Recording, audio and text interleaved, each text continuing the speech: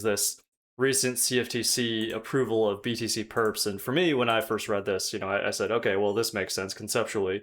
Think about all the other, not securities trading going on Kalshi and Polymarket and all of that.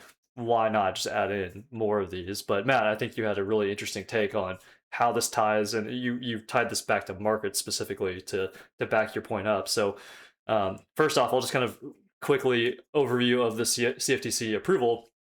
Kalshi, asked the CFTC saying, "Hey, we want to implement BTC perpetuals.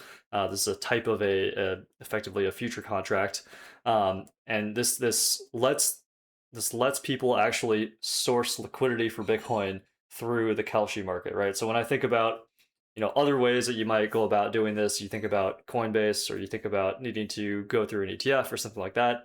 Kalshi is essentially coming onto the stage saying we have our own contract version effectively you can buy through our platform. So Matt, maybe did you have anything else you want to add on to that, or should I flip over to the ICE and the market slides?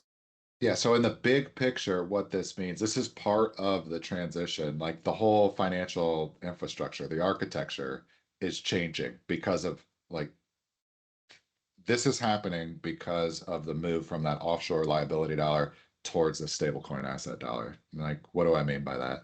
All right. In the old world, liquidity sourcing came from FX markets where liquidity is coming from your counterparty's balance sheet and it's liabilities, it's IOUs. It's still kind of decentralized, but you can't escape from the underlying credit risk itself that's embedded in the system design.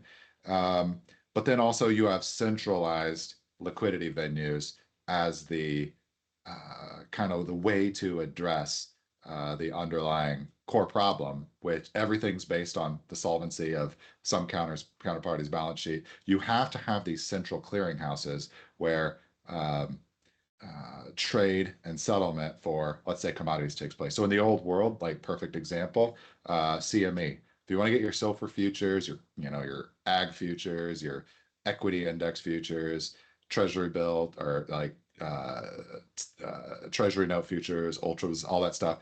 You go to these central clearing parties, you post collateral, which is your IOUs, your offshore or your credit liability version of the dollar debt as collateral, and then you go long and short versus a counterparty on exchange, and all of the credit risk is basically kind of reduced through the central clearing, like these honeypots. And in this world, those entities like CME, Intercontinental Exchange, LSE, like you name it, across the world, um, those are monopoly businesses, if you will. So they're high margin, high multiple, richly priced. Investors love them.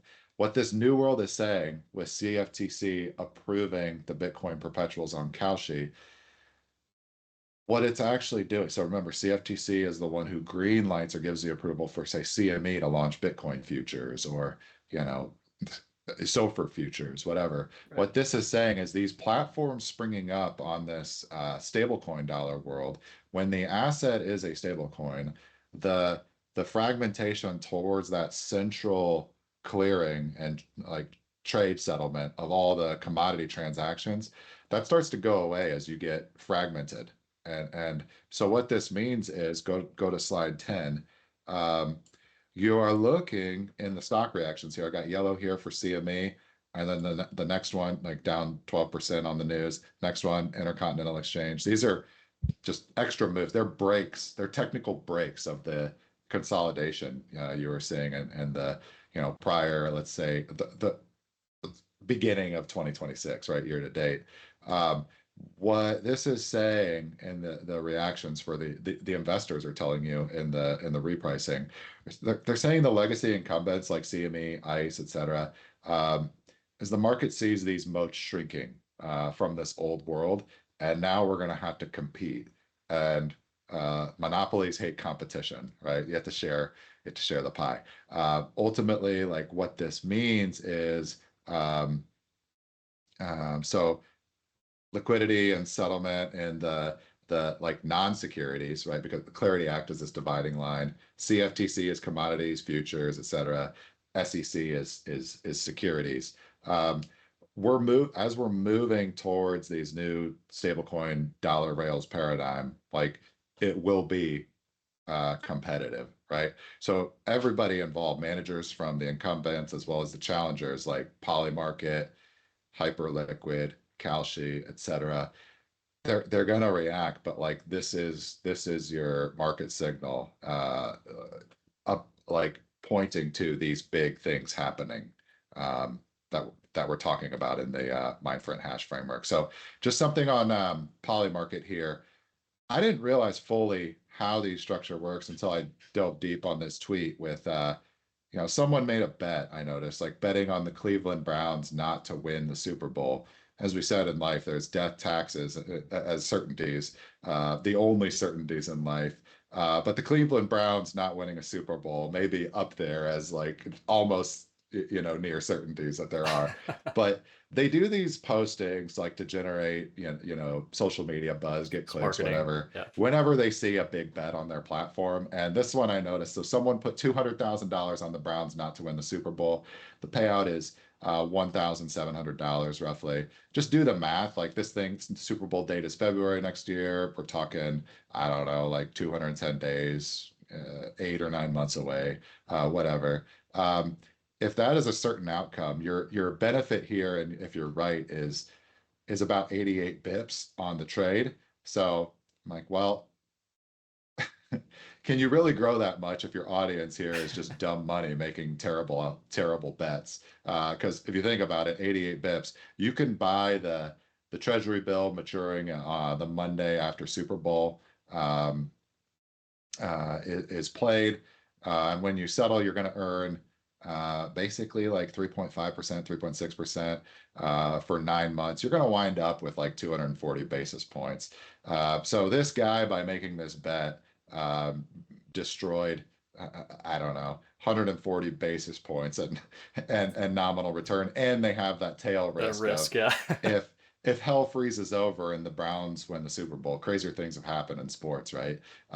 He takes a minus 100. So I dove into that. I was like, well, this is dumb. But someone pointed out to me, they go, no, no, no, no, no, that's not the way this works. So Polymarket is all stablecoin funded. So when you fund your Polymarket account outside of the US, where the predominant market exists, you fund it with USDC stablecoin. And then when you enter a bet, what you're actually doing, you've got two counterparties. Polymarket is like, think of them as an escrow agent. Both counterparties post their USDC collateral when they buy their position. One takes the long, one takes the short. So you think about it, each side of the trade is fully funded, 100 cents on the dollar. Right. And so those stablecoin are parked in escrow at Polymarket, right? They have some custody arrangement, whatever. Is it Coinbase? Who knows? All right. So those sit on top of Polymarket's position, the customer stable coins, they're probably custody. You can look this up easy, but it's probably Coinbase would be my guess. All right. Anyway, those USDC are sitting at the issuer, this trust run by Circle, and they're sitting on treasury bills, 45 days or less because of Genius Act. And so the yield from those treasury bills then flows towards Circle, and then they have rev share deals. Like there's a Coinbase rev share arrangement that's interesting with Circle. And some of that yield is passed through to its partners. And what Polymarket is actually doing is they have these holding rewards where for some contracts, like the important events where they want to win market share in this world of, I call it prediction markets, but you could also call it gambling. This has always existed, always will. But what they're actually fighting over is market share in this, global prediction market, like competitive market.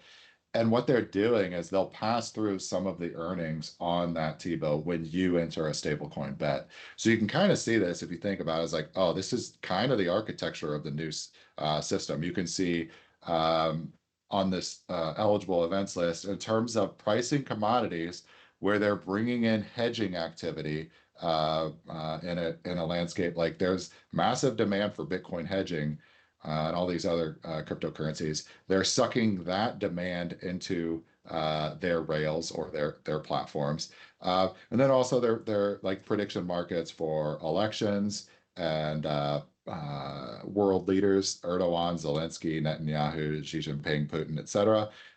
So they're sucking in demand into these platforms, and ultimately, this is another source of stablecoin demand. So we talked about June 1 being a huge integration in Japan, where FSA green lighted Japan's domestic financial industry to start using dollar stable coins from foreign issued trusts like Circle, regulated foreign issued trusts. That's where Genius Act comes in, all of that. But Right.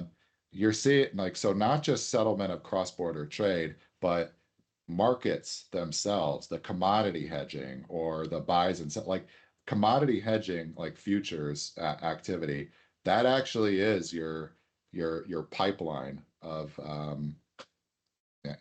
the cargo moving on ships from Yeah. destination to endpoint in real time. So very slowly, gradually, then suddenly you see this playing out like in the stablecoin adoption, that transition from the offshore liability dollar towards the stablecoin asset dollar. So interesting thing going on in that Kalshi CFTC approval. Just kind of see already this world we're heading into.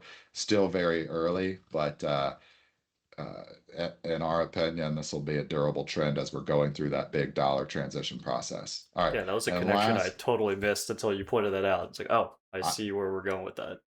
I didn't either until I pointed out someone's moron bet Oh yeah, on the we didn't Browns. note that that is not one of the eligible events, by the way. That So is not. So that he was still still a is a dumb trade. moron. Yeah, yeah, exactly. He's still destroying value and taking the total left tail risk of ruin to do so. People love gambling, and I guess yeah, that just shows. Yeah, sports bettors bad at math, and it's a probably it winds up in dumb financial decisions and a bull market for lead volume to divorce attorneys, unfortunately. All right, Yeah. last story. This is Bessent's testimony. So we're seeing this Bitcoin sell off. There's real pressure. It, like my view, it's responding to this tightness in the dollar, the offshore dollar. We're running a squeeze. When I say we, the US military, the executive, all of that. Um, but in this sell off, like it's blood in the streets in Bitcoin right now. Sentiment is like all time low on the charts, all that Yep. stuff, or on those indicators for those who like to follow sentiment. But in the congressional testimony, you heard a key detail where Scott Bessent said, we're moving on the Bitcoin reserve at deliberate speed. So this is a order of operations. We're looking at like the key window, like in terms of like the key years of this transition of the dollar. What we're doing is, in my opinion, we're rolling up the control of like these key hubs in the stablecoin dollar liquidity venue, financial architecture, all of that. Not the best words to describe it, but you kind of get what I'm saying. The The broader IRGCs, framework Novatex, of all yeah. of these offshore crypto exchange rails. What we are dead set on doing as we move from the old offshore dollar towards the stablecoin dollar as a stepping stone to what's coming, years down the road after this. The U.S. is not going to make the same mistakes that it ultimately fell for at the Bretton Woods Conference of 1945, where we gave up kind of U.S. scope of control of the entire dollar framework. We let it fall outside of our own hands in New York and DC and let it reside offshore somewhere else, centered in London, operating in, on the continent, in places like Paris, Frankfurt, and then these secrecy jurisdictions throughout the world, like Caymans, Panama, etc.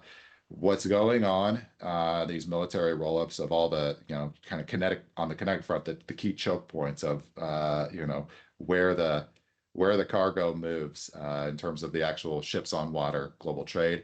What we're doing right now is we're rolling up the kind of the ultimate authority of who has sovereign purview over these new dollar rails for this new era that's coming. So key order of operations. This doesn't stop, in my opinion, until the objectives are achieved. So this liquidity taking, gold, Bitcoin, etc. I'd say more likely than not, expect it to continue. But you can see in Bessent's statement right here in his congressional testimony this week that the setup here, he's despite the carnage in Bitcoin, the signal, he and kind of the staffers at the Treasury building and their partners in Congress who are aligned with the Bessent Treasury and game plan on where this is going. Literally, they're working on like the infrastructure, getting it right, but yeah, doing so at deliberate speed.